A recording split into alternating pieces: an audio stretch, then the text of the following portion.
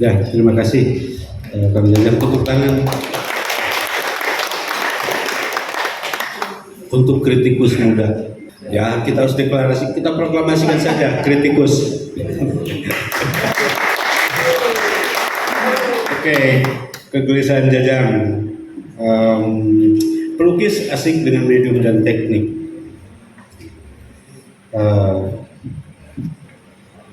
Pelukis berpikir, apa memang perlu berpikir? Oke. Pelukis berpikir, apa memang perlu berpikir? Oke. Mas Batu. Tapi masih calon, belum dokter. Oh iya. Semuanya juga dari calon dulu toh. Iya. Oh iya. Emang filsafat harus ada dokternya? Harus ada. Oh iya ya. Kan PhD itu juga filosofi kan. Seni rupa yang tidak perlu dokter. Nggak perlu. Nggak perlu. Satu aja udah terlalu berlebihan. Oke. Lanjut Mas Batu. Yuk. Jangan ngelayanin dia deh. Udah. Ya, sebagai penanggap nyaman sekali ya. Tadinya saya pikir saya akan kesulitan untuk menanggapin ya. Ternyata saya dikasih bahan yang banyak untuk, bahkan dari Bung Barna sendiri. Tadi ada, kita mulai dengan mana antropolognya, mana sosiolognya gitu ya. Justru itu pertanyaan pertama saya gitu ya.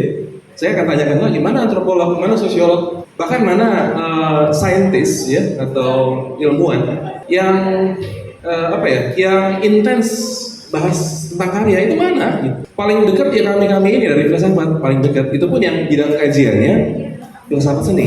Karena saya dari skripsi itu bidang kajian saya filsafat seni, agak sejalur dengan mentor saya Pak Bambang Sugiharto. Jadi itu pun yang begitu. Kalau filsafat yang filosofi yang lain, gelagat atau aura pemikiran barat, bahkan fisikawan itu pun concern banget dengan seni. Fisikawan loh ya, yang di sini aneh gitu ya.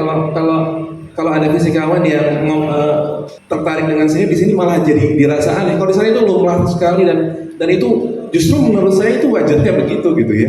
Jadi bukan cuma sampai sosiolog atau antropolog yang bidang kajiannya humaniora, bukan hanya humaniora, tapi bahkan sains, teknologi. Atau mereka takut mendekati seni? Atau seni tidak dianggap penting juga? Nah, saya justru mau ambil sisi yang kedua itu. Gak ada yang penting. Tapi ada kaitannya dengan yang dibilang oleh Pak Asmujo tadi. Mungkin nggak dianggap penting karena senimannya mungkin terlena, pemerintahnya terlena. Ya mungkin saya nggak tahu apakah ada institusi lain yang terkait itu terlena gitu ya. Katakanlah financial gain waktu boom tertentu yang katanya mungkin akan sulit terulang lagi gitu ya. Tiba-tiba pada hedon terus ya sudah gitu ya.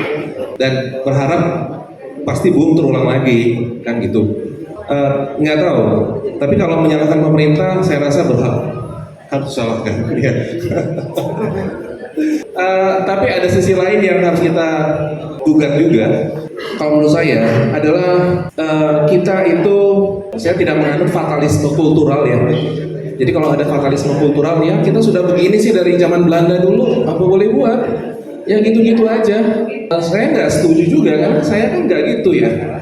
Artinya saya tidak tenggelam dalam komplasensi ya, semacam complacent. Saya nggak memanfaatkan ketidakmampuan saya sebagai alasan untuk tidak ngapa-ngapain. Tapi kecenderungannya adalah kalau sudah begini ya udah.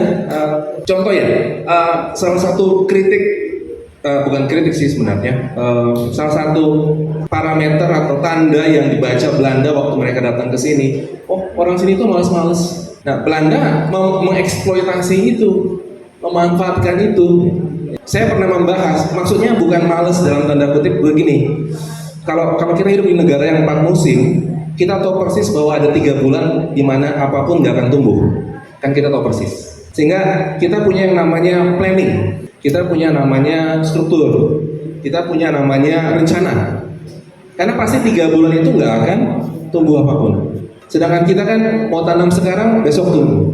Tanam besoknya lagi tumbuh. Nggak ada masalah. Kemarau paling panjang pun tidak seperti di Sahara atau di padang pasir Gobi, gurun Gobi misalnya. Atau misalnya Atacama di Chili yang tidak pernah hujan dalam beberapa ratus tahun, misalnya kan gitu. Kan kita enggak, gitu ya. Jadi memang pemerintah juga bertanggung jawab. Jadi saya lebih pesimis dari Pak Asmujo bahkan menurut saya itu bukan dramatisir, itu realitas itu. Menurut saya itu realitas ya. Tapi juga ada semacam tanggung jawab kolektif sebagai bangsa yang belum pernah jadi tapi nggak beres-beres gitu. Dan saya nggak tahu gimana, ini kayak buah simalakama gitu ya. Kita mau mulai dari mana, mau masuk dari mana, ini benang kusut yang saya nggak tahu mau ditarik dari mana gitu. Dampaknya yang tadi yang dibahas oleh Pak Asmujo, ngapain mikir? Nah gitu, tuh dampaknya. Dan menurut saya itu fatal. Jadi apa ya? Kalau dalam kajian saya tidak mengesampingkan evolusi budaya. Dalam evolusi budaya itu ada semacam threshold, ya, ada semacam batas. Artinya budaya yang akan bertahan itu adalah budaya yang memenuhi threshold tertentu. Nah untuk bisa bertahan itu harus mikir. Jadi lebih bagus kebanyakan kritik daripada nggak ada kritik ya. Maksudnya kalau kebanyakan kritik kan kita kayak kebanyakan makanan di restoran gitu ya. Jadi makanannya banyak gitu. Jadi bisa milih. Kalau nggak ada makanan kan susah ya. Artinya mau makan apa? Gitu. Jadi nggak ada yang bisa kita pakai untuk dicerna. Jadi nggak ada vitamin yang masuk. Tidak sehat gitu. Nggak sehat, tapi minimal hidup ya. Tapi kalau nggak makan mati ya. Tapi kalau minimal kalau gemuk nggak sehat masih hidup gitu loh ya. Daripada mati tuh. Jadi kalau budaya itu tidak memenuhi threshold tertentu, dia akan mati. Nah, matinya ini mungkin nggak kelihatan mati. Matinya ini bisa menjadi pengekor, ya kan? Kalau pengekor kan bisa disetir, itu kan mati sebenarnya ya.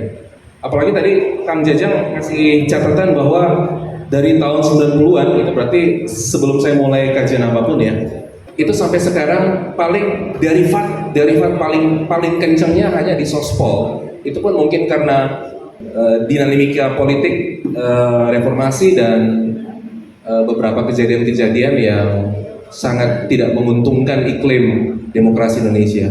Itu kesana itu. Padahal saya kasih gambaran ya, di wilayah filsafat itu sepatunya Van Gogh itu ya, itu udah dibahas mungkin udah berapa filsuf kaliber kelas dewa yang bahas itu ya.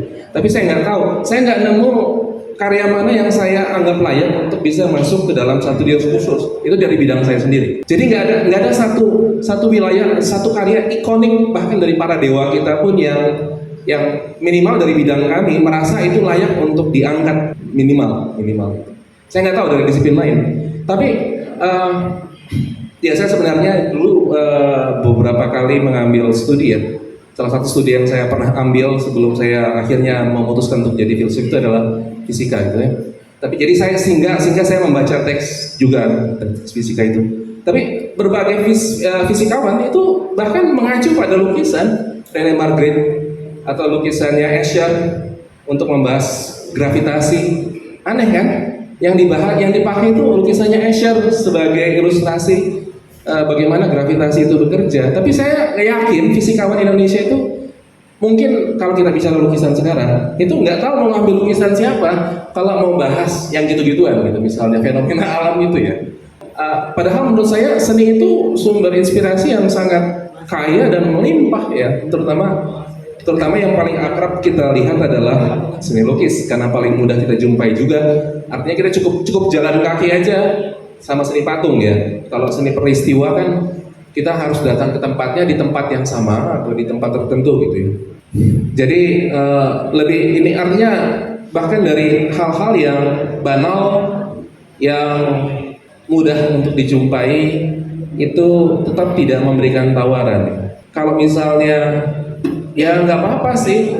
Kalau dari opini saya nggak bisa nggak apa-apa. Tapi ya nggak apa-apa kalau mau terima risikonya nggak ngapa-ngapain gitu. Dan kalau nggak ngapa-ngapain ya mungkin salah satu dampaknya adalah komodifikasi, tapi dalam derivat yang eksploitatif, yang hiper eksploitatif gitu ya. Jadi yang dieksploitasi berlebihan karena memang nggak punya tawaran sama sekali. Artinya boleh nggak ngapa-ngapain tapi siap-siap untuk tidak dianggap sebagai apa-apa.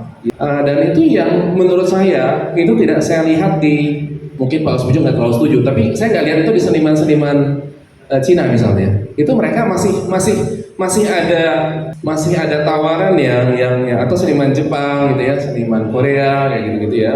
Artinya walaupun sama-sama pernah mengalami trauma sejarah sebagai pihak yang kalah oleh Barat gitu ya, tapi mereka nggak terpuruk di situ gitu, nggak terpuruk di situ, dan mereka tidak mudah disetir juga ya. Artinya itu rewardnya mereka gitu. Tapi reward itu akan menjadi privilege yang nggak kita punya kalau kita nggak mau sedikit berusaha ya. Kalaupun seni rupa kontemporer Indonesia itu adalah bonus dari peradaban, jadi kita dapat bonus ya.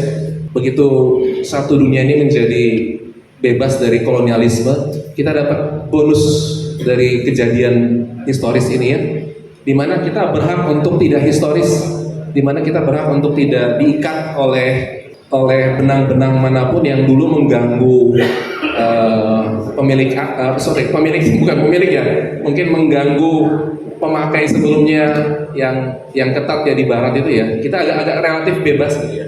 Bebasnya bablas kalau menurut saya ya. Jadi bebas tapi bablas gitu. Iya, anything goes-nya tuh literal gitu ya. Kalau mungkin di sana anything goes itu adalah ya kita nggak terlalu kita nggak harus memenuhi agenda modernisme kayak gitu kan, gitu ya. Jadi ada, kita masih punya sesuatu untuk mau dilakukan. Saya masih punya agenda pribadi saya yang nggak harus dicantolkan pada modernisme. Tapi kalau di sini anything goes-nya ya gimana nanti aja lah gitu. jadi bablas ini ya, bebas tapi bablas, tapi sampai akhirnya tenggelam. Iya. Nah, kalau saya justru khawatir. Jadi mungkin dari panelis yang ada di depan ini saya khawatir ya. Karena minimal kalau saya menempatkan diri sebagai bukan orang seni, karena memang latar belakang saya bukan seni, saya tuh masih belum bisa dapat sesuatu yang saya inginkan, minimal ya kalau kita bicara Bandung gitu ya, karena menurut saya Bandung kan salah satu kutub yang cukup esensial, tetap kutub yang cukup kuat juga ya. Maksudnya keluarga saya itu tinggal di Palembang, saya nggak menganggap ada sesuatu di Palembang soal seni gitu maksudnya, ya kan? Sehingga kalau kita bicara Bandung itu masih signifikan gitu sebagai bagian dari pemetaan.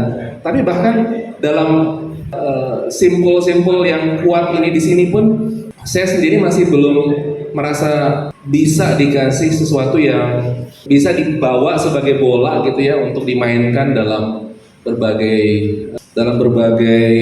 apa ya kontestasi pemikiran gitu. Padahal mestinya seni itu kan jalan keluar kalau teori-teori itu buntu gitu ya, atau jalan keluar kalau kita misalnya mengalami apa ya persoalan bahasa, persoalan konsep yang kadang-kadang terlalu kaku. Kan seni itu cair, bisa cukup cair untuk melintas batas kata yang kadang-kadang menjadi sangat keras seperti itu. Tapi kurang, kalaupun ada, tidak berlanjut sebagai sebuah konstruksi yang cukup reliable. Nanti kalau saya bahas ini di pemikiran, saya sebagai contoh, saya menulis banyak tentang Bandung Fotografi Trienal yang digawangi Deden sama Adia. Saya mencoba tiap kali ada pameran menurut saya sangat bagus, saya bawa itu ke jurnal. Itu ternyata itu sangat jarang dilakukan oleh orang yang di luar bidang seni. Padahal kalau di aura atau gelagat pemikiran yang katakanlah intens gitu ya, itu bisa menjadi hal yang lumrah itu. Jadi seolah-olah kalau mau bahas tentang bagaimana pemikiran itu bekerja dalam sebuah karya, itu harus dari orang seni gitu. Saya mencoba melakukan sesuatu yang nggak biasa, yaitu saya mengkaji beberapa pameran dalam kerangka filosofis seperti itu. Nah itu ternyata saya adalah pelaku yang cukup langka di sini, tapi menjadi mengkhawatirkan ya, minimal dari sudut pandang saya. Kalau orang seninya baik-baik saja mungkin saya berlebihan ya, tapi kalau saya rasa ini agak mengkhawatirkan saya. Terima kasih. Oke, terima kasih Bu Batu.